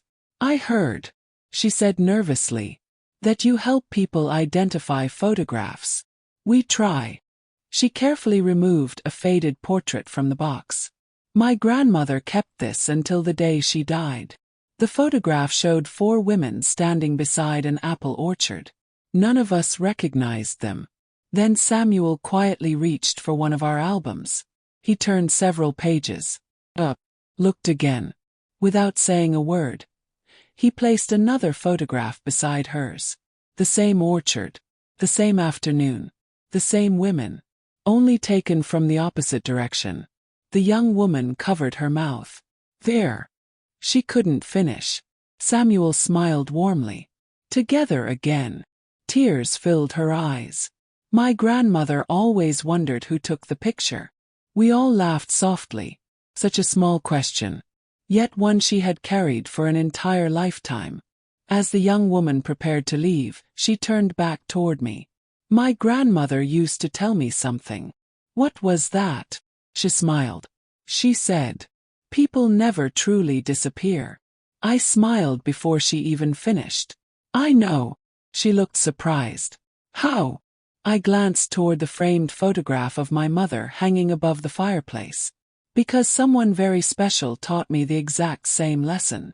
That evening, after everyone had gone home, I sat quietly on the front porch watching the sun disappear behind the fields. Months earlier I believed I was simply an elderly widow living out the final chapter of a quiet life. Now I understood something entirely different. Life doesn't become meaningful because of how long we live. It becomes meaningful because of what we choose to leave safely in the hands of those who come after us. And my mother's greatest gift had never been hidden beneath the maple tree. It had quietly taken root inside every person who chose to continue remembering. Summer arrived quietly, covering the fields surrounding the farmhouse with shades of green my mother had always loved. Every morning, sunlight filtered through the kitchen windows exactly as it had for decades, but now those familiar rays illuminated a house filled with purpose instead of silence. The dining room no longer held stacks of unopened mysteries. Little by little, the shelves beneath the maple tree were growing emptier. Only 12 family collections remained. 12 stories still waiting to find their way home. One afternoon, while organizing another journal, Samuel closed the cover gently and looked across the table at me. Do you realize something? Smiled. What? We're almost finished. His words settled over the room more heavily than I expected. For months, every day had begun with another clue, another visitor, another forgotten family waiting to be found. The work had become part of our lives so naturally that I had almost forgotten it wouldn't last forever. I looked toward my mother's notebook. The long list of names was now filled with careful checkmarks. Only a handful remained untouched. I think, I whispered. She always believed this day would come. Samuel nodded. Otherwise, she never would have written those final instructions. That evening, Emily and Daniel arrived carrying something wrapped carefully in brown paper. "We made this together," Emily said. "For the house." I slowly unfolded the package. Inside was a beautifully framed family tree. Not of one family. Of all the families we had reunited. Thin lines connected names across generations. Small photographs appeared wherever we had been able to identify them. At the center of the entire display stood one simple drawing. The old maple tree. Beneath it, in elegant lettering, Daniel had written, "Because someone chose to remember." For several moments I couldn't speak. Samuel quietly wiped his glasses. Emily looked worried. "Do you like it?" I smiled through tears. "It's the most beautiful thing anyone has ever given this house." Together we hung it on the dining room wall. Looking at it, I realized something remarkable. The tree had never been the symbol of a secret. It had become the symbol of connection. Its roots spread beneath the earth exactly the way memories spread through generations. Invisible, silent, essential. A few days later, another unexpected visitor arrived. This time it wasn't someone searching for the past. It was a local history teacher. She introduced herself as Rebecca. "I've been hearing about what you've been doing." I invited her inside. She spent nearly an hour looking through copies of photographs, reading journal entries and listening as Samuel explained how my mother had quietly protected these memories for so many years. Before leaving, Rebecca asked a question no one else had asked. "What happens when the last family is found?" The room fell silent. I looked toward the nearly empty dining table. Then toward the photograph of my mother above the fireplace. Finally I answered. "I lock the door beneath the maple tree again." Rebecca smiled gently. "And then?" Thought for a moment. "Then?" I looked around the old farmhouse. "I finally keep the promise my mother truly asked of me." She seemed puzzled. "I thought you already had." I shook my head. "No. I stayed in the house. But that wasn't the promise." She waited quietly. "My mother never wanted me to protect a building." Smiled. "She wanted me to make sure no family was forgotten." Rebecca nodded slowly. "I understand now." Before leaving, she stopped beside the framed family tree. "My students should learn this story." I smiled politely. "They should learn the family's stories." She looked back at me. "And yours?" I gently shook my head. "My mother left very clear instructions." I pointed toward the letter resting inside its protective folder. "Protect the stories. Forget the guardians." Rebecca smiled with quiet admiration. "I think," she said softly, "that's exactly why people will remember her." After she left, I walked onto the front porch alone. The evening breeze moved gently through the tall grass surrounding the old farmhouse. Somewhere beyond the orchard, the maple tree stood quietly against the golden sky. For the first time since opening the hidden room, I realized I no longer felt responsible for carrying my mother's work alone. Because without anyone planning it, dozens of people were already carrying it with me. Only 3 family collections remained. I stood in the dining room one quiet morning, looking across the nearly empty table, hardly believing how much had changed in less than a year. When Samuel first arrived carrying my mother's letter, every surface in the farmhouse had seemed covered with mysteries. Boxes, journals, photographs, lists of names, questions without answers. Now only 3 carefully wrapped collections rested beneath the morning sunlight streaming through the windows. 3 families, 3 final promises. Samuel walked into the room carrying 2 cups of coffee. "I never thought we'd see this." Neither had I. For decades my mother had believed she might never finish the work she had accepted. Yet somehow, through patience, unexpected friendships, and a little help from people willing to care about strangers they had never met, what once seemed impossible was quietly becoming reality. That afternoon we delivered another collection. An elderly brother and sister welcomed us into a farmhouse even older than mine. Neither expected us to arrive with anything more than questions. Is it? We carried a small wooden music box. The sister stared at it in complete disbelief. My mother. She reached toward it with trembling fingers. Used to describe this. Very carefully she lifted the lid. The tiny melody that filled the room was soft and slightly out of tune after so many decades. Yet before the first notes had even finished, the elderly woman began crying. My mother sang this song every birthday. Her brother quietly lowered his head. I haven't heard it since I was 6. No explanation could have been more powerful than that single melody. Objects survive, but memories awaken.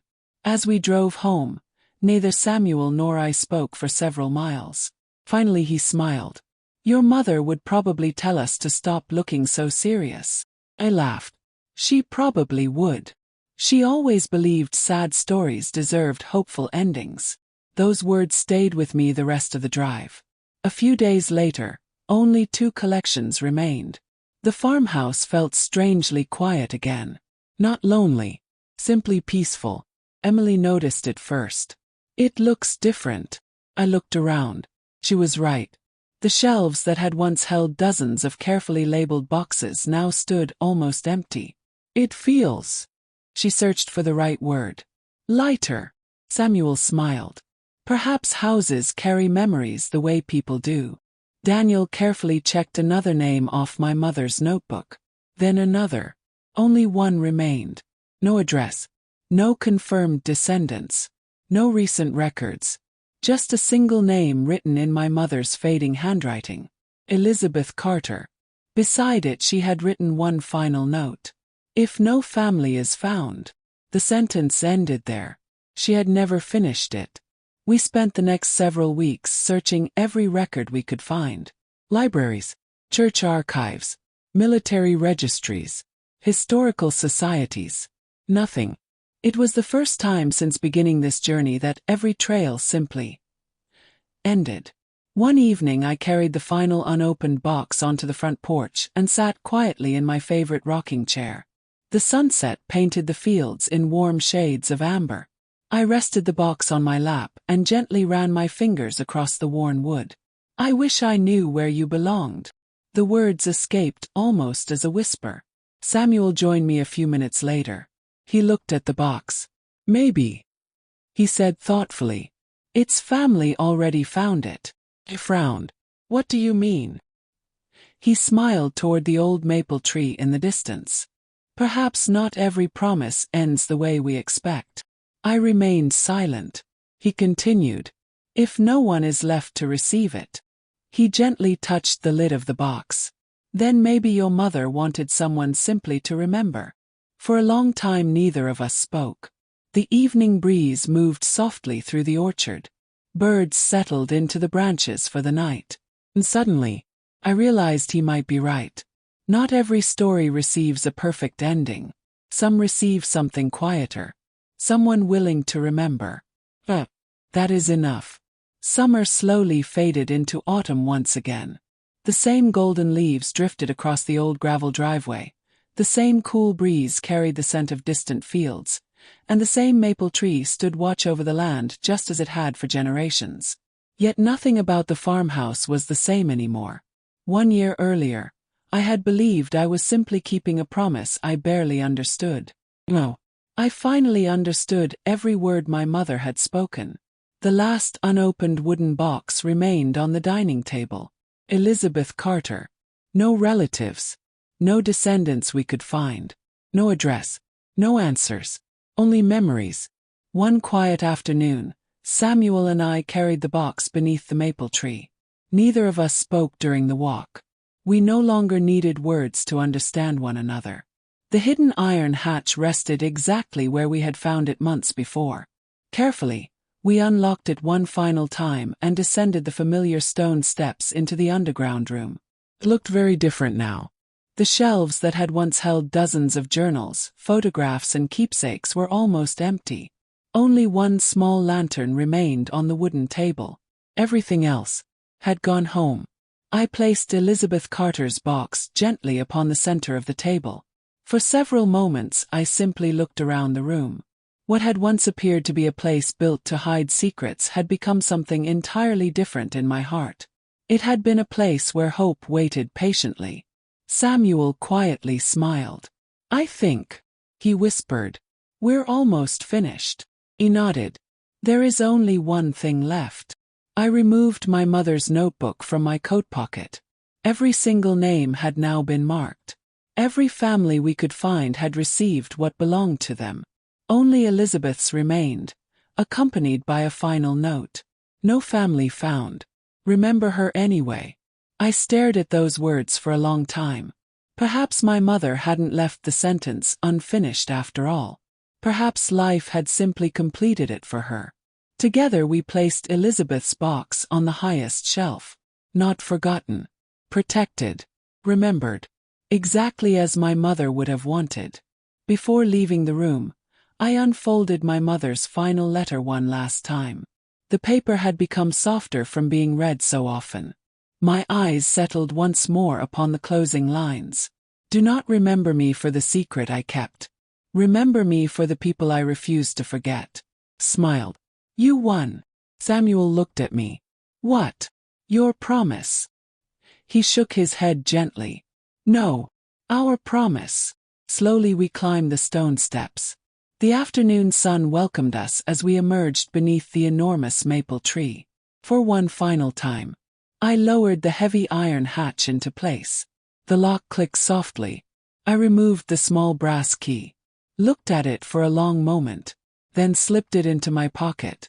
Not because another secret remained below, but because every promise deserves someone willing to remember how it began. Weeks later, the farmhouse welcomed more visitors than ever before. Not because hidden treasures had been discovered. There had never been any treasure. People came because they wanted to hear the stories. School children sat around the dining table listening to journals written by ordinary fathers, mothers, daughters and sons whose lives history almost forgot. Families returned carrying photographs taken during reunions that would never have happened without one quiet promise. Neighbors who had once passed one another without speaking now discovered their grandparents had worked side by side decades earlier. Strangers became friends simply because someone had preserved a name. The framed family tree Emily and Daniel created eventually filled an entire wall. New branches continued appearing as relatives met cousins they never knew existed.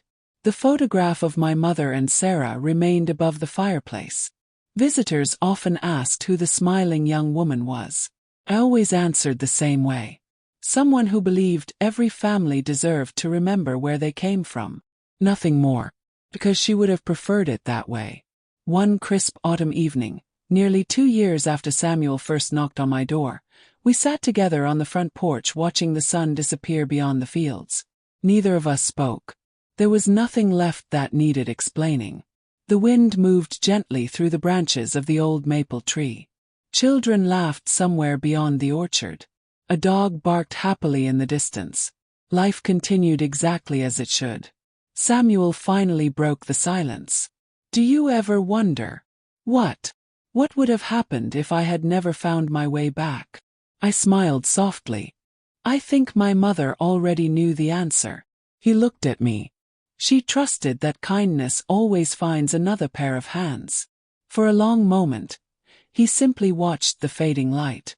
Then he quietly nodded. "So do I." As darkness settled over the fields, I realized something beautiful. The greatest gift my mother left behind wasn't hidden beneath the maple tree. It wasn't the journals.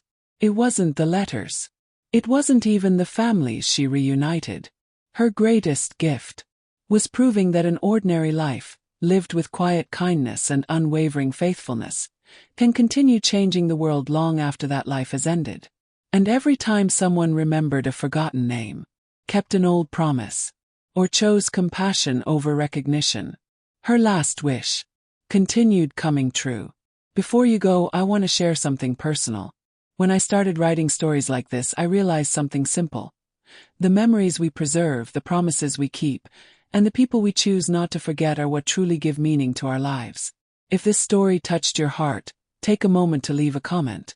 I genuinely love to know where you're watching from and which part of the story stayed with you the most. I read as many comments as I can, and your thoughts help inspire future stories like this one.